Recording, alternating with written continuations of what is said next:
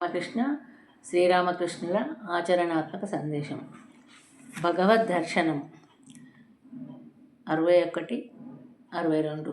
ప్రశ్న: భగవంతుడు అంతటా ఉన్నప్పుడు మనం ఎందుకు చూడలేకున్నాము? జవాబు: నాచుతో కప్పబడిన సరస్సులో నీరు లేదనుకుంటాము. ఆ సరస్సులోని నీటిని చూడాలంటే పైన కప్పబడి ఉన్న నాచుని తొలగించాలి. అదేవిధంగా మనలను ఆవరించి ఉన్న మాయ కారణంగా మనము భగవంతుణ్ణి గాంచలేకున్నాము. భగవద్ దర్శనానికై మన మనస్సులో ఉన్న మాయతలను తొలగించవలసి ఉంటుంది. మబ్బులు తొలగినప్పుడే సూర్యదర్శనమైనట్లుగా మాయమబ్బులు తొలగినప్పుడే భగవత్ సాక్షాత్కారం కలుగుతుంది. 63. నాచుతో కప్పబడిన చెరువులో ఈదులాడే చేపవలే పైకి కనిపించని రీతిలో సచ్చిదానందుడైన భగవంతుడు మాయావృతుడైన మానవుని హృదయంలో ఈదలాడుతున్నారు. 64.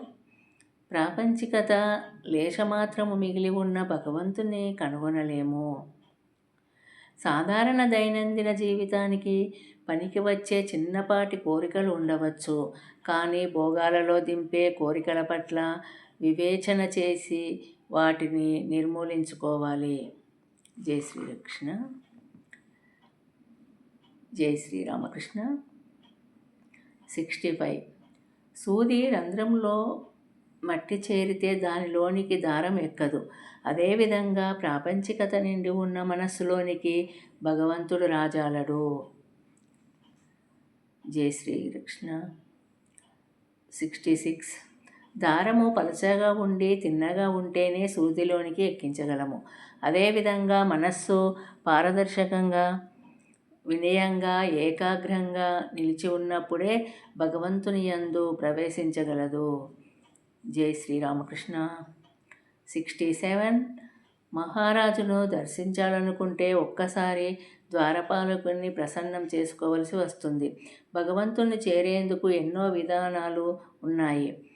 నామ గుణ సంకీర్తన ద్వారా సత్సంగత్యం చేస్తూ ఆధ్యాత్మిక సాధన చేయటం ద్వారా భగవంతుణ్ణి చేరుకోవచ్చు. జై శ్రీరామకృష్ణ. 69. కేవలము భంగు అని అరిచినంత మాత్రాన మత్తు ఎక్కదు కదా. భంగుని సేవించినప్పుడే మత్తు కలుగుతుంది. అదేవిధంగా భగవన్నామాన్ని బిగ్గరగా అరిస్తే లాభం కలగదు.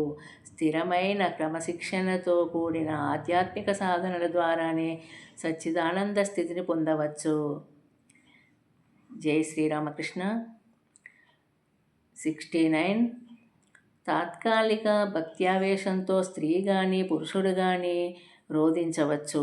అయితే అటువంటి వారి పట్ల నీవు జాగరూకతతో మెలగాలి. జై శ్రీరామకృష్ణ. నంబర్ 70. వివేకము అంటే విచక్షణ. వివేకము అంటే సత్యాసత్యాలకు మధ్య గల తేడాను గుర్తించడమే. వైరాగ్యము లేదా పరిత్యాగం అంటే మనస్సు నుండి కామాన్ని లోభాన్ని తొలగించడమే. జై శ్రీరామకృష్ణ. 71.